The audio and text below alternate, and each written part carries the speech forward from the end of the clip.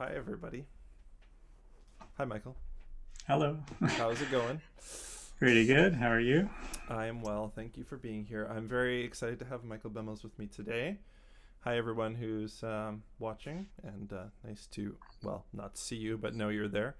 Um, Michael Bemmels and I met, I don't know, did we meet, what, 5 years ago, maybe? 4 years ago? Something like, no, six, maybe. Yeah, 5 or 6 years ago, Yeah. I think. Yeah. Yeah, because you were a year ahead of me when I came to Vancouver for my master's. Um, Mhm. and so we studied together a little bit in Vancouver, and Michael is an excellent, speaking about Michael Bemmels here, not myself, is an excellent composer and guitarist and pedagogue. And so we're very happy to have him here today to talk about some new pieces he wrote and hear them as well. So you're going to hear the music from the man himself and also get an explanation of it. But do you want to give people a little intro to you, Michael, just so they have some context? Sure, yeah. So I'm currently living in Richmond, BC, Canada, which is basically like a suburb of Vancouver. So I've been living there almost my whole life. I studied at UBC. I did my undergrad and a master's in classical guitar at UBC.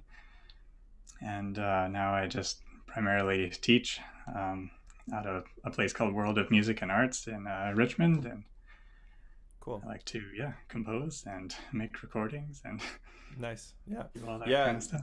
People should check out your YouTube channel because Michael does a lot of really nice videos of repertoire that, isn't recorded as often.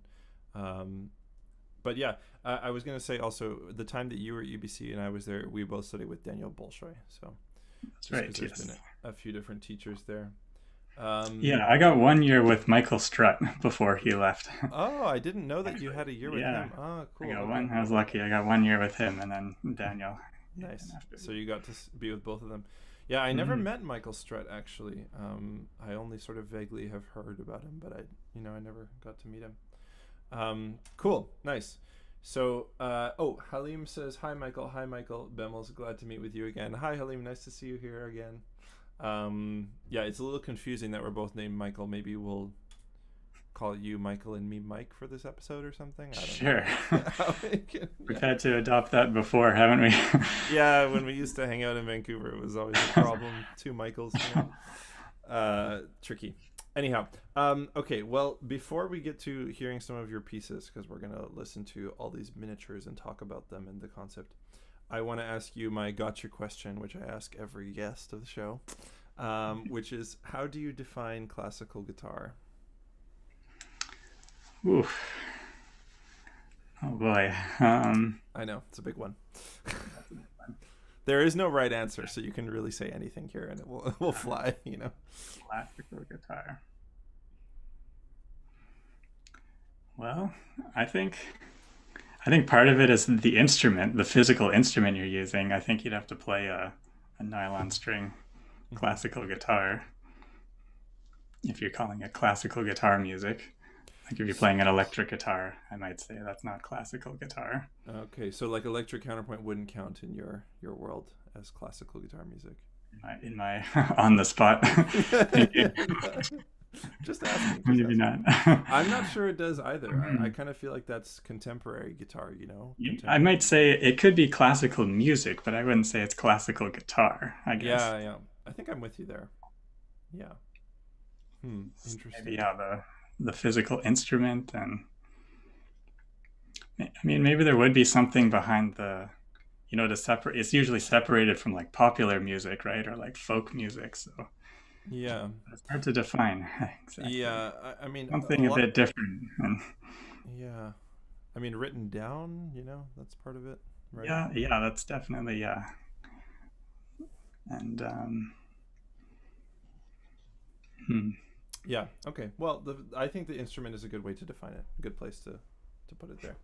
Nice. So you write for the classical guitar, you play the classical guitar. What is the concept behind these pieces you're going to show us today? These miniatures. Okay, these 8 miniatures, yeah. I guess I wrote them about a year ago. Last Hmm. summer was kind of when I finished them and released them all. Um, I don't know, when I compose, I just like to try to do like new things. I like to just like do different things that I haven't really done before. I like to be creative. Feel like if I'm taking the time to compose something, I want to do something that's not just like a repeat of something that's already been done before. So Mm-hmm. um, I think there's kind of a pretty unique sort of idea behind each miniature. So Cool. Okay. um, So the concepts behind each one individually is the where the uniqueness comes in then for these pieces.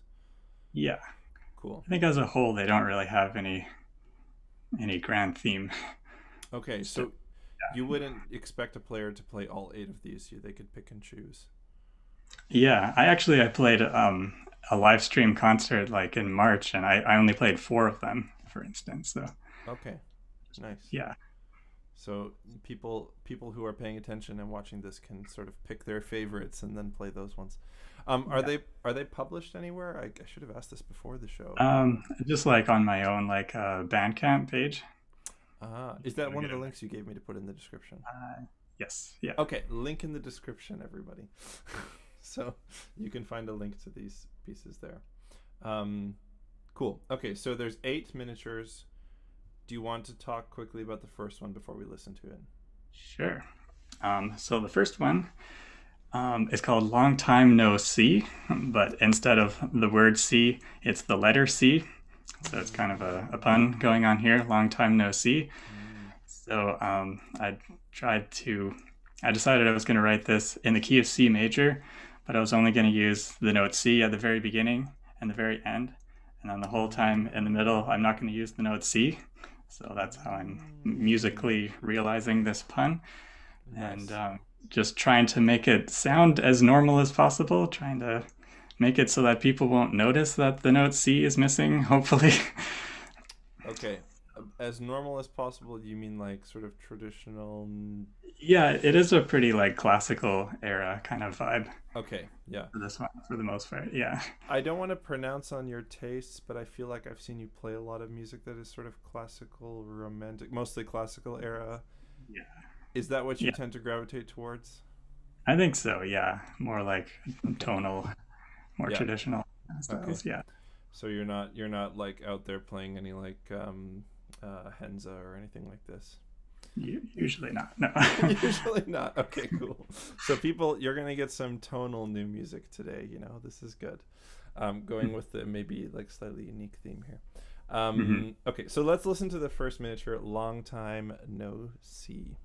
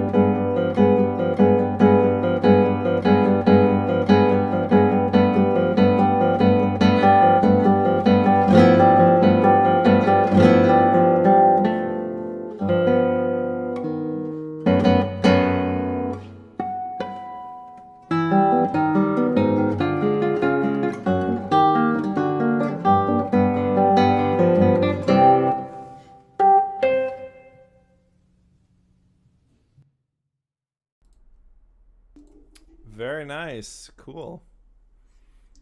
Thank you. Yes, the C comes back surprisingly in the cadence. Yes, yeah, the ending's a little it's quite chromatic and all Mm-hmm. over the place, and then suddenly pops back into C. Mm-hmm. I love how you hang out on the B there, and we're expecting you to C, and then it pivots back into a like you know Yeah, a longer cadential moment. Very cool. yeah. Just avoiding the note sneakily, kind of. Yeah, awesome. That's super cool. Nice. People in the chat, if you have questions, please put them in the chat. We would love to answer your questions. Great. So that's miniature number one. Long time no see. Where do we go from there in these miniatures? Well, should we move on to the next one? Yeah, Number let's do two. it. Okay, so miniature number two is called Ding Dong. Let me grab my guitar and Yes. demonstrate. So one thing when I'm teaching intervals, I usually tell my students that a descending major third sounds like a doorbell. Ding dong. Oh, So I brilliant. tried to use a lot of descending major thirds in this miniature, Nice.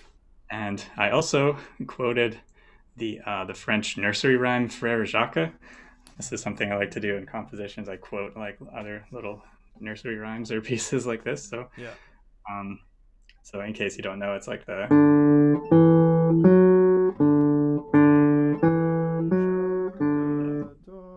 Yeah. well, and then at the end of so the lyrics at the end is like the ding dong ding. So that's also talking about bells dinging and Nice. ringing. So it's kind of the double the double whammy of the interval and the Yeah. lyrics. Nice. Cool. Okay. So yeah, the Frere Jacques is in the bass line. So listen for it in the lower notes. Mm, First, it's in the minor mode though, so it sounds kind of like a sad version of Frere mm, Jacques. And then it's inverted. It's like the upside down version of it. And then mm. it's the melody backwards. And then at the end, you get to hear it in like the normal version, like the major mode and the right order and everything. So it's a little bit like the Britain Nocturnal, where you're sort of it's unraveling to the point where you recognize what it is. Yes. Yeah. Nice. You Okay. hear it at the end. Yeah. So we get progressively closer to the actual nursery rhyme. Yes, exactly. Cool. Nice. Okay, let's listen to the second one as well here.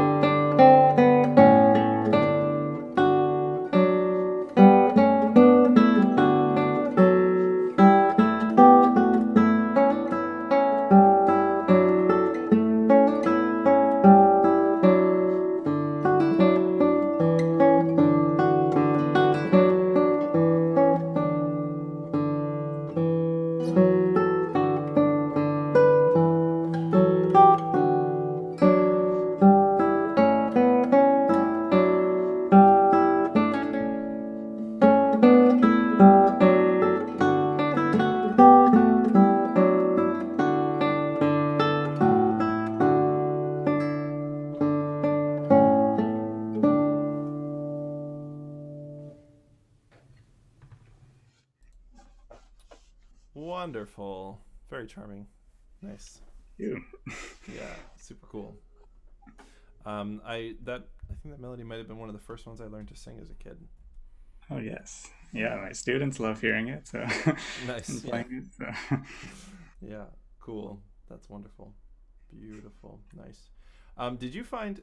Have you composed a lot of short pieces before, or have you composed mostly longer works in the past? Um, some of each. I try to kind of alternate, like what I'd written before. these miniatures was I'd written two pieces that were like longer, like 7 minutes long, like just one movement, 7 minutes. So I decided this time I wanted to write a whole bunch of short pieces instead. Nice. Yeah, because I was curious if you felt at all constrained. Like, did you ever feel writing these miniatures as if you had ideas that wanted to expand further outwards and you had to sort of like keep them within a shorter form, you know? Yeah, well, I think I knew I wanted to keep them really short, so I Okay. kind of had that in my head from the outset. So Yeah. yeah, I didn't have any grand visions. No, Okay. I think, but Nothing where you were like, oh, I have to cut this down too much. Okay. Nice.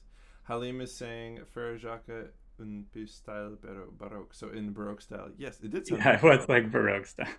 Yeah.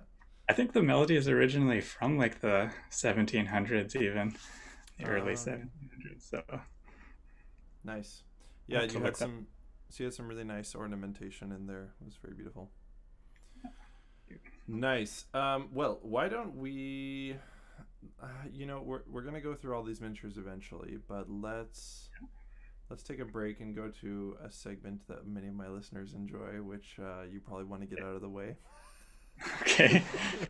which is the listening test we're gonna do here. So people who've watched my show know that I like to make my guest listen to some recordings, and then try to guess the composers, the pieces, and the players. So I'm curious how you're gonna do in this one, Michael. I believe in Okay. you. I'll give you lots of hints. Don't worry. Okay. Sure. And you don't have to get all 3 points. Obviously, it can just be one of the things. Very Um, competitive about this. yeah, exactly. Super competitive. We're gonna start with this piece.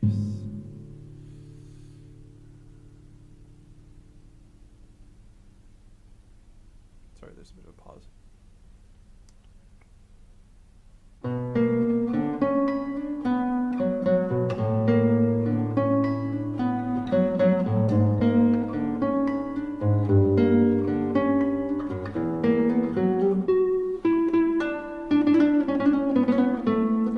Any idea?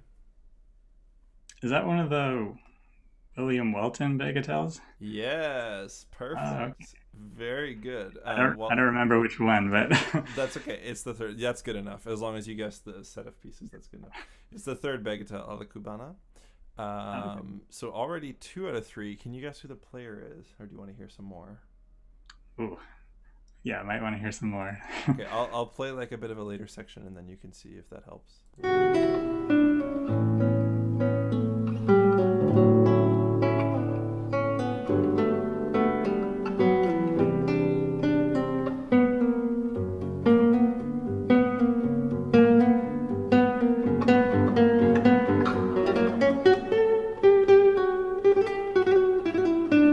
Any idea?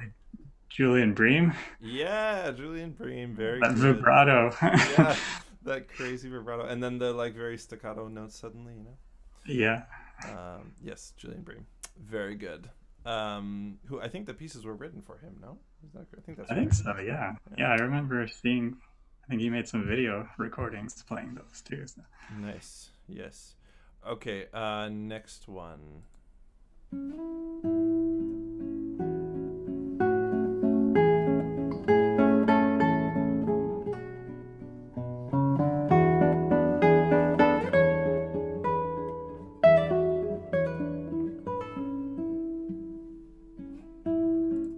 Any idea?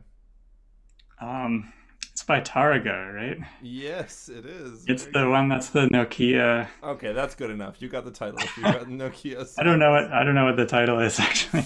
it's a grand valse, but I'll give it to you because it's the Nokia ringtone. Yeah. Yeah. Yeah. It's a good thing I picked that since you like to, sort of quote these well-known melodies. Maybe you can use this in an upcoming piece. Yes. Nice. And for the player, I'll give you a hint. This is a younger,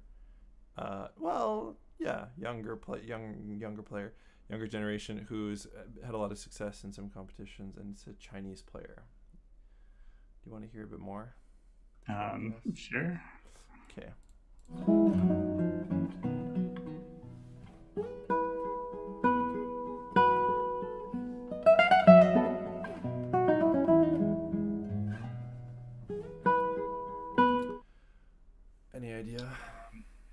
well, based on your hints, I'll guess Tengye.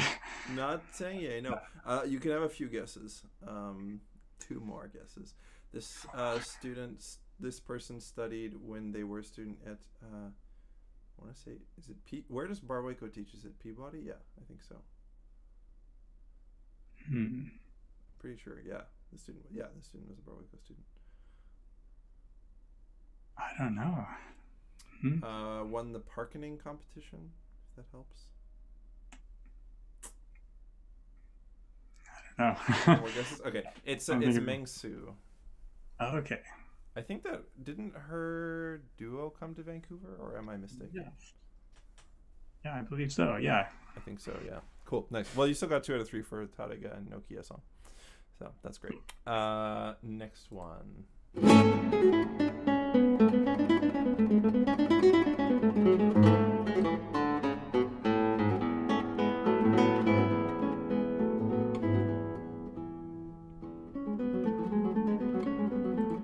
Any idea? That's the is that the Rodrigo Sonata Giacosa? Correct. Very good. Yeah, we know this one well because Daniel used to play this piece a lot, right? Yeah, and another student, Abe, used to play it. Oh, that's right. Abe did play it, and he was studying at the same time as you. Halim says Nokia tune Grand Valse. Halim got a tune. Nice one, Halim. And TJ says hello, familiar humans in the Twitch chat. Hi, TJ. Nice to see you. TJ, you can help us guess here too. Michael's not watching the chat, so you're allowed to guess. Okay, so Sonata Giacosa by Rodrigo. Any idea who the player is? No. It's a French GFA winner, which doesn't really narrow it down.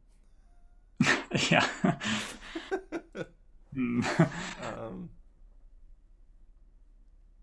If you don't know, it's okay. I can just move on. Yeah, I don't know. It's Jeremy Gervais. Okay. Yeah. But very good. Sonata Giacosa. Nice. So in the first 3, you've already got the pieces and the composers. Like, no problem here. This is good. Next one.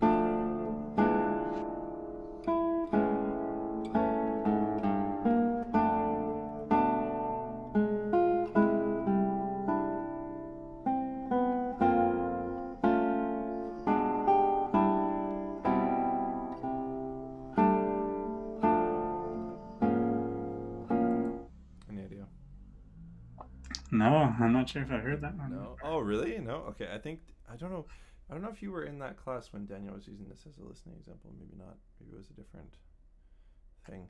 I'll give you some hints. This is a composer from the 20th century. Wrote a lot of music for Segovia. Maybe if I play a later section, it will help.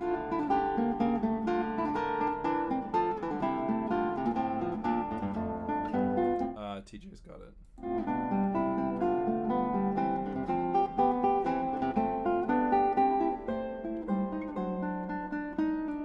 Yes, TJ, that's it. But who's the player? Do you have any guesses, Michael? You can get like 3 or 4 guesses. I don't know. Mario Castronovo Tedesco? No, but you're in the right kind of genre and time frame and sort of style. Gosh,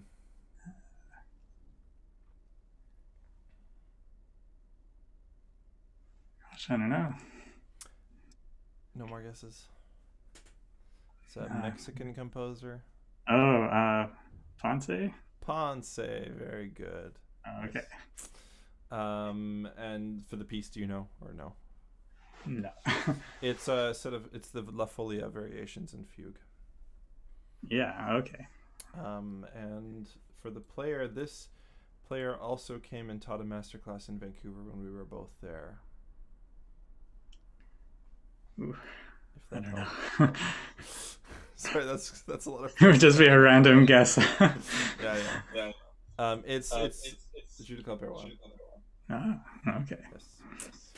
Cool. Okay. Moving on. Yeah. Oh, this one. I'm curious. You probably know.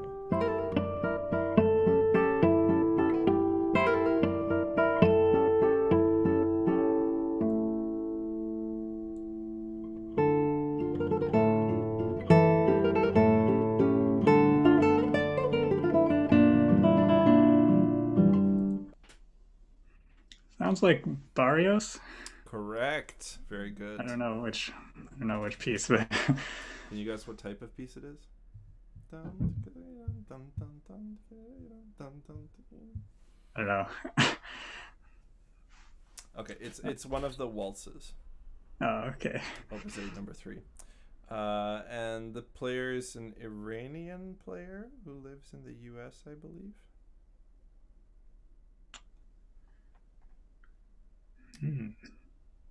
Ricardo Saeb has it. Valse 3 Barrios. Very good, Ricardo. Nice job. Yeah, I'm not sure on the player. Okay, it's Lily Afshar. Okay, next one. I'm curious to know this. I don't think a lot of other people would know what this is, but I feel like maybe you'll get it given your tastes.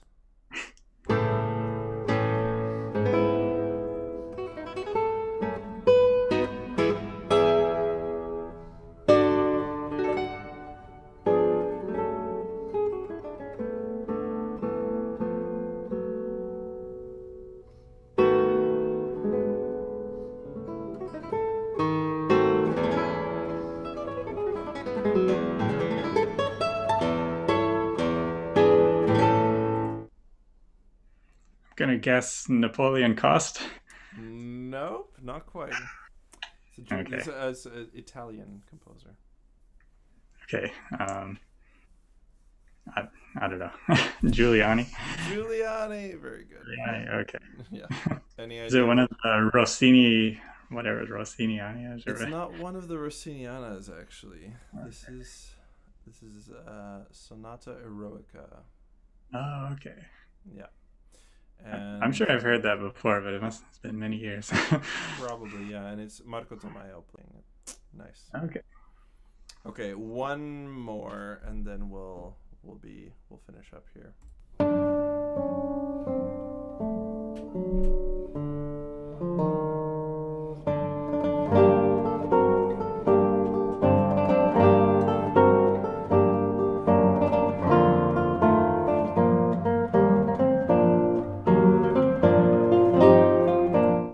Any idea?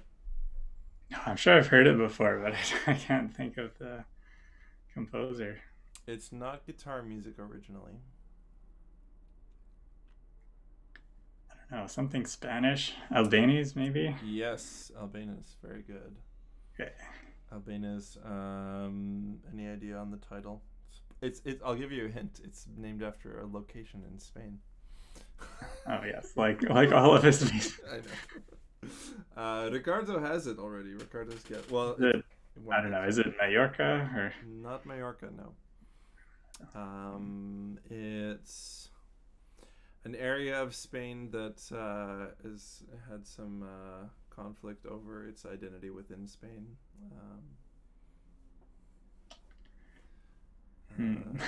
There might be a separatist movement of some kind. Not commenting on that one way or another, but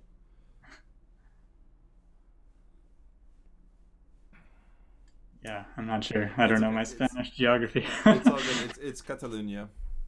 Catalonia. Okay. So Catalan. Yeah, cool, nice. I was gonna give you some Diabelli, but I thought that was a little too cruel, too hard to guess. Yeah, unless it's the Diabelli that's like in the RCM books or something. Right. I should have done a whole test that was just that's really what I should have done is like RCM repertoire for students because yeah, if I did that, all of the Canadian teachers I have on would know immediately who everything is. Well, let's go back to your miniatures. So we finished the first two miniatures. That was a delightful interlude of guessing game. What is this third miniature you wrote about? Okay, miniature number 3. This one is called Vivid, and it's all in capitals. This is based on the Roman numerals of how we use Roman numerals for the different chords in keys. So I spelled a word with the Roman numerals. So you have the 5 chord for V, and then the 4 chord for IV, and then the 1 chord for I, and then it's overall in the key of D major. So it spells the word vivid. So it sounds like this. Like that. That chord progression, 5, 4, 1. Okay. So what I did is I did this like big chain of like keep on doing um, that chord progression in each key. So I did 5 4 1 in D, and then I did 5 4 1 in each of those three chords, and then I did it again for each of the ones that were generated there. So I end up with Oh, like 27 different chords, interesting. and Okay. then that's like just all the chords for the piece. So then I just kind of filled in the blanks and wrote it that way.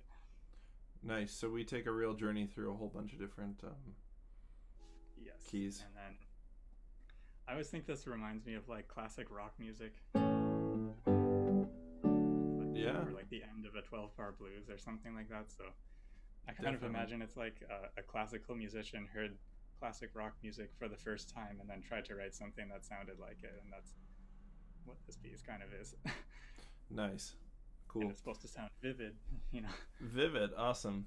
That's Super why cool, man. it's called. Um, it sounds like your mic got suddenly quieter. Are other people hearing the same thing? People in the chat, let me know if you're also hearing like Michael suddenly quieter.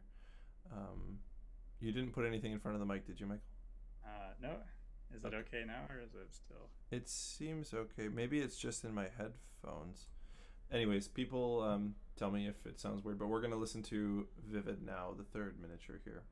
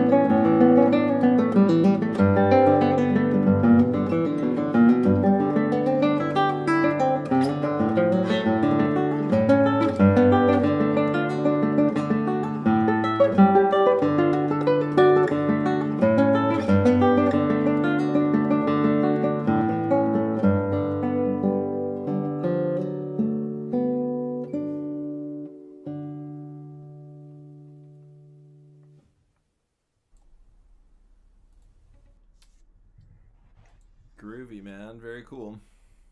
Nice. Mm-hmm. Yeah, it has definitely has some like classic rock or blues vibes to it for sure. So this comes back to the earlier question: is this music for a classical guitar? Yeah, If well, it's, it is. Yeah, I was gonna say that it reminds me a little bit of some of Brian Johansson's pieces, the ones that draw on like more popular and rock idioms, you know. mm-hmm. Which I mean is a super big compliment because I love Brian's music. So yeah, nice. TJ says super cool piece, and Ricardo says nice with applause emojis. All right. Cool. Yeah, yeah. There's some tasty slides and slurs in there. So it looks fun to Yeah. play. Yeah. Although it also doesn't look like you wrote all the slurs just to be easy. You know, it's not like entirely pentatonic. Oh no, no. Yeah, lots of influence from classic rock music for sure. Cool. Nice. So that's Vivid. What is our fourth miniature? We're reaching the halfway point here. So, the fourth one is called 6/8. So This is I went a little bit out of the normal tonal diatonic realm here. I used octatonic scales. Ooh. So I came up with 6 different octatonic scales. So there's 8 different notes in an octatonic scale. So that's why it's called 6/8. So there's like basically 6 phrases. Each phrase uses its own octatonic scale. So for anyone listening, here's the lovely sound of the scale.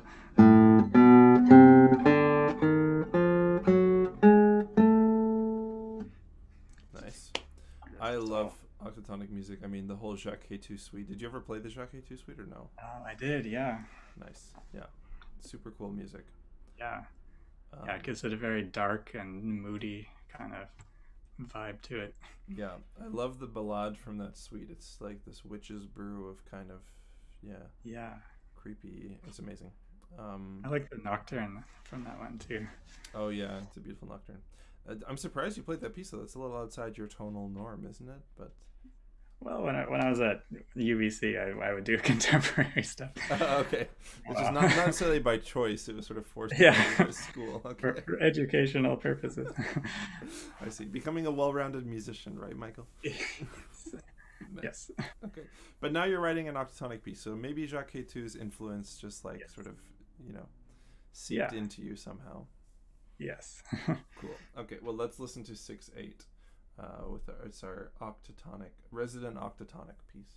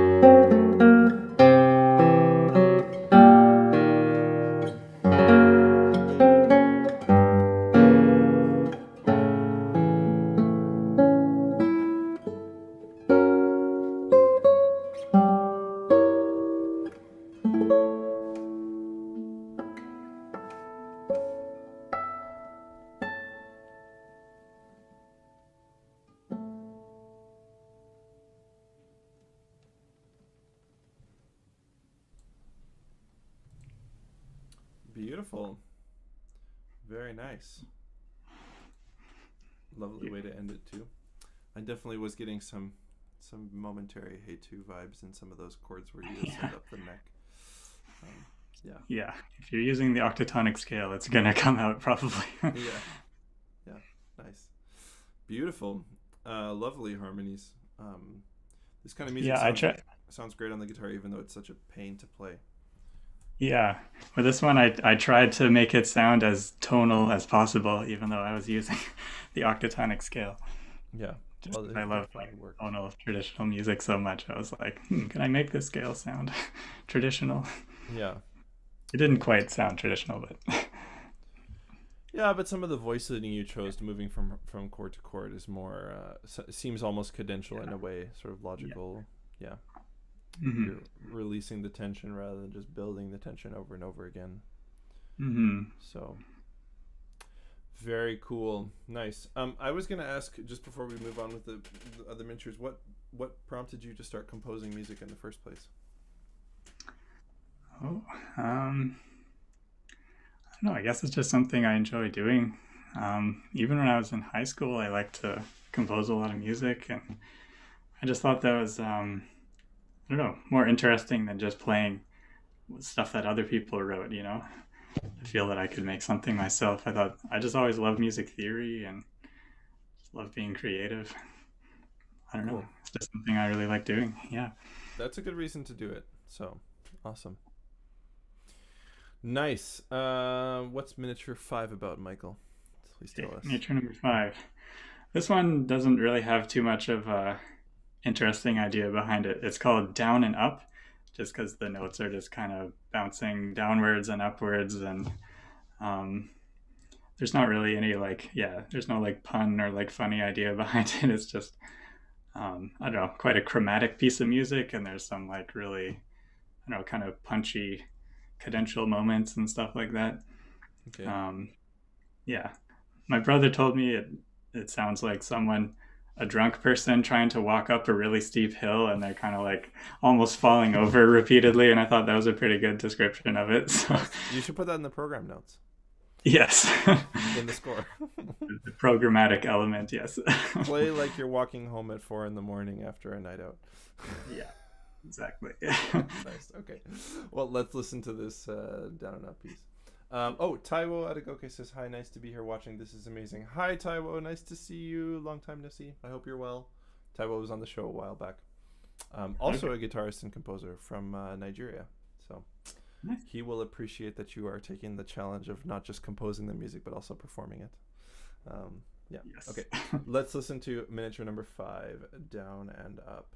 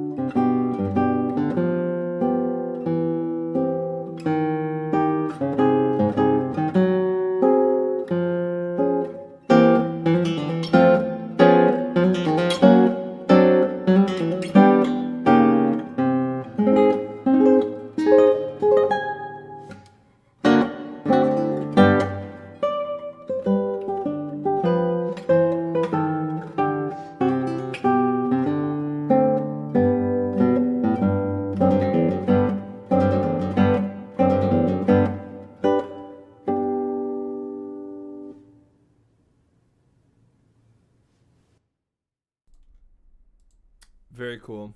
Nice. Yes. Right. Bumbling around. Yeah, bumbling around. Those slurs don't look super easy, to be honest. Oh no, yeah, they're hard for me to play too. Yeah, to get them like super even. Yeah. Although I suppose if you take your brother's description of a drunk person walking up a hill, then you could like sort of slur the slurs, as it were, and it would be Yes, appropriate then. double slurred. Double slurred. Nice. Cool. How do you usually come up with the inspiration for a piece that you write, or how does it sort of? Um, yeah, usually I do like to think of some kind of like funny, like theoretical idea or something, like what we've been doing, like spelling a word with Roman numerals, or like I think of some piece to quote, and then something in the lyrics that would somehow translate into music about the Mhm. piece that I'm quoting, or So it's kind of um, like you need a framework or some kind of for you. It sounds like you need some kind of constraint to work within that will help drive the writing forward. I think so. Yeah. Like I can't usually I can't just write a piece if it's like, oh, I just want to write something that sounds nice, or like then I'm Mm-hmm. just like, I have like no inspiration to do Mm. that. I need some kind of, I don't know. Yeah. Some main idea underneath it all that I'm trying to realize Mm. through the composition. Wasn't it Stravinsky who said that the more limits you put on yourself, the more free you are to express yourself, or something like that. I can't remember the exact quote. Maybe someone can remind me in the chat. I'm probably butchering the attempt to. But yeah, the idea being, of course, that like the more sort of constraints you put on yourself and rules you arbitrarily impose on your creative process, the more you're free to like develop something unique. Um, yeah. Yeah, I think that makes sense, even though it sounds paradoxical, but Yeah. Well, especially because if you impose sort of arbitrary limits that are outside of the norm of what people would impose on themselves, you create something unique, like what you're doing with these pieces. Some of these concepts are things that nobody else would have done before. So, yeah, Right. Yeah. you're bound to come up with something sort of out of the box, which is cool. And Stravinsky would have been a good example of that, since he did some very weird things, the orchestration and stuff in some of his pieces, just to be like, can this be done? Hmm. Yeah, cool. Okay, how about miniature number 6? We're trucking Okay. along here. So this one is called hypometer. I made up a silly word. In music theory, the real word is hypermeter, which talks about in music, there's often like regularly recurring like groups of measures. Like Mm-hmm. they'll kind of be in groups of like 4 measures at a time usually, or Mm-hmm. like, and then there's kind of like strong measures and weak measures. So it's like the measures themselves are forming like regular groups and throughout the structure of the piece. So this, I'm like, well, what would hypometer be? What if it was the opposite? And I'm just like, there's no patterns at all. Like the meter is just like constantly changing. Mm. So what I did is I just like made the groupings into either groups of 2 notes together or 3 notes together.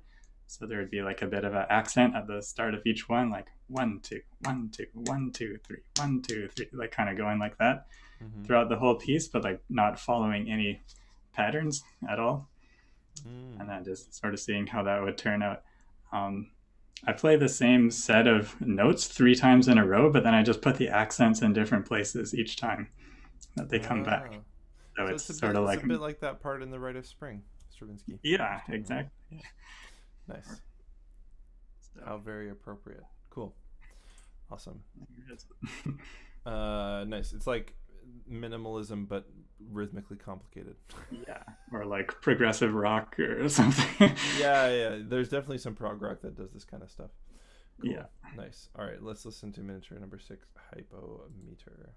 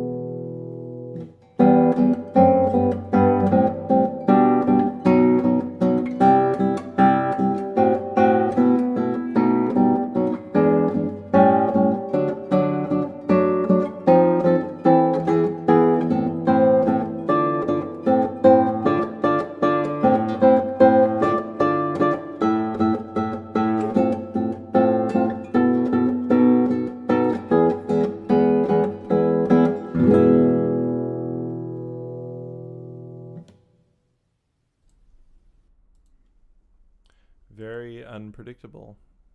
Yes, a little Very nice. disorienting Yeah, I'm deliberately. I'm now like, what is rhythm? I don't know. Yeah. Nice.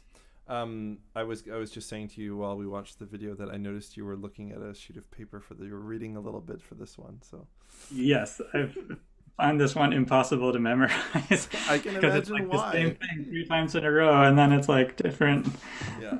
accents every time. Yeah.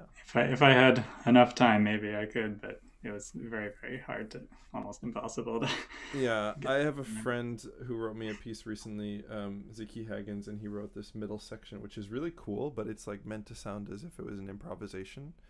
And Okay. somehow, when you play, I don't know how you feel about this, but when you play a piece that's more atonal or the tonal center is not so clear, it's Mhm. easier. I think when you have these kind of sort of improvisatory sections to memorize them for some reason, but this piece it was it was also some other thing where it's like just hard to memorize when it sounds really cool, but whenever the like order of the notes changes just slightly, it's like how do you Yeah. remember When it? when a piece keeps doing the same thing over and over again, but then slightly changing each time, Yeah, it's yeah, very it's unmemorable. Bach very was like yeah that sometimes when I was learning pieces by Bach too. yeah for Very sure. difficult to memorize it. Yeah, exactly. And you also have the danger of like entering a wormhole and going like a page back in the piece or whatever. So yeah. Absolutely. Halim says cool piece and rhythm. I couldn't agree more. Awesome. Yes. Nice. Well, we've got two left. Are the last two significant in any way since they're the later ones, or um, they're kind of the most fun, maybe, or the most accessible. Um, so number 7 is called Slap Happy for probably obvious reasons. I just do slapping with the fingers, and I ah, even use the right hand, slapping with the middle finger down on the strings the whole okay, time. So it's supposed to be, yeah, very silly. It's an nice, F sharp major because I couldn't use any open strings, so I made it in this weird key nice. um, that wouldn't use any open strings. Yeah, it's just supposed to be very silly, spastic. I usually imagine like a group of bears wearing overalls sitting on a porch and just like laughing together is kind of like what I imagine going on. That's awesome. That's Or like amazing. circus bears or something like that. Yeah, that's incredible. Yeah. So you wouldn't call this tapping; you would call it slapping. Is it because you're not intent on necessarily making a super clear note? Oh, is there a difference about tapping or slapping? Um, I don't know. I'm just well, just curious. kind of slapping the fingers down. Okay. Okay. I see. So yeah, because that's what I'm Oh asking. yeah, not Because slapping like this kind of slapping. no, but Like also I slap mean like my instrument. if you yeah Tosinabasi style like the the thumb thing.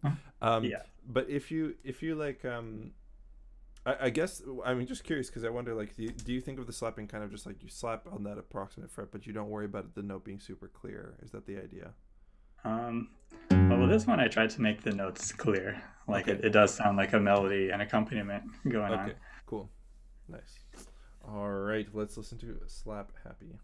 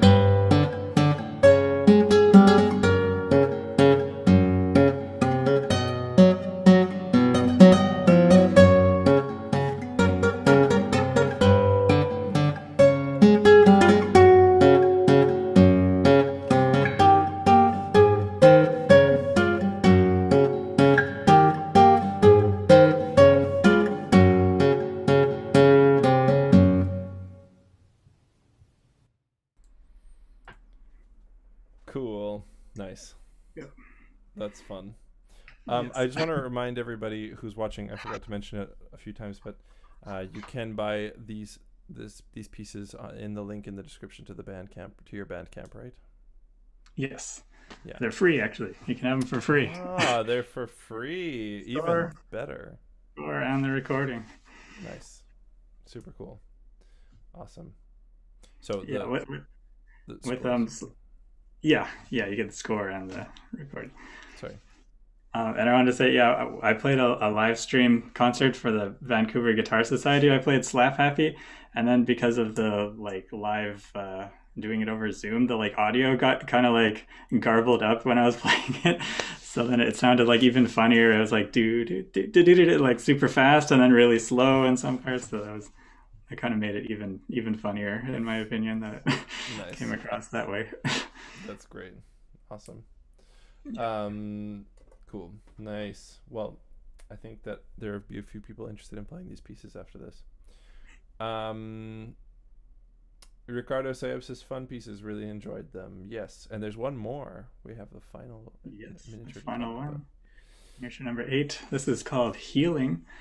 Um, so the premise for this one is that I wanted it to be like totally just like a emotionally kind of resonant sort of piece, which is kind of something I feel I want to criticize sometimes with classical music, is that there's not always as much emotional power to the music compared to like popular music, for instance. So Mm-hmm. with this one, yeah, I wanted to write a piece that felt just very I don't know, just like loving and healing and nourishing, and something that would encourage you to kind of just open up your heart and feel this kind of happy, nostalgic sort of feeling. So this was all just about indulging an emotional feeling with this last one. Cool. Nice. A very touching place to end. Awesome. Yes. All right. Let's take a listen to the 8th miniature.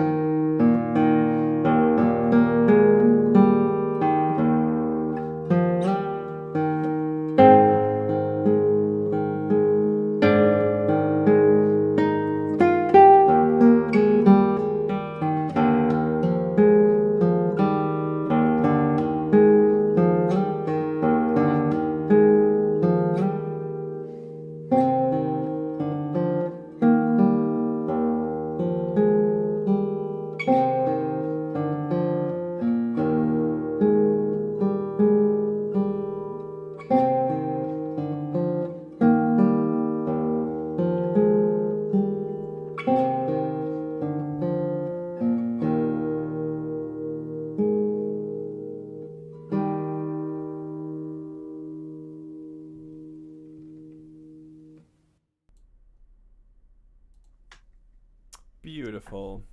Very nice. Thank you. Yeah. Cool. Awesome. Well, we made it through all 8 miniatures. Amazing. Um, Very cool pieces, man. I like them. Thank you. Yeah. Yeah, Awesome. they were fun. Just a reminder to everyone, if anyone tuned in just now, you can get the pieces for free at the link in the description. The Bandcamp. Nice. Great. Well, what's next for you, Michael? What's the next set of pieces you're gonna write? Do you have ideas yet? Yeah, I'm gonna try to write a set of kind of intermediate level etudes. Um, Last summer, I also wrote a set of elementary level etudes. So next, I'm going to try to write some intermediate ones, and then hopefully eventually some advanced ones. I'm going to try to do 10 at each level. So Oh, cool. Okay, so you'll have that's the like next project. three Yeah. levels of etudes. That's awesome. Mm-hmm. Yeah, I feel like a lot of guitar composers, if they write etudes, it's either they're all too hard or they're all like really easy, and there's not that much variation necessarily. Um, so Yeah. So Yeah. Yeah, that is something I wonder as I'm composing myself. It's like, is this going to be easy or is this going to be hard? And sometimes it's hard to know how other people will feel when they're playing the pieces. But Right. Yeah, that's true. Very much so. That is one thing I've always appreciated about the Brower etudes is that they go from very manageable for even beginner students to fairly advanced the later ones. Although yeah, they're not, none of them are that advanced to play, but still, um, cool, nice. Okay, so more etudes from Michael. yeah, Um, hopefully by the end of the summer, yeah, we'll get some more out. cool, nice. Do you have anything you want to add or talk about or plug or? um, Not particularly, no. Cool, You can watch them on YouTube as well. I got them on my nice. YouTube channel. You can watch the videos. Yeah, please check out Michael's YouTube channel. He has a lot of cool recordings up, a lot of nice videos. As you can hear, he plays very, very well, and he has great quality recordings. So, yeah, awesome. If anyone in the chat has any questions, please let us know.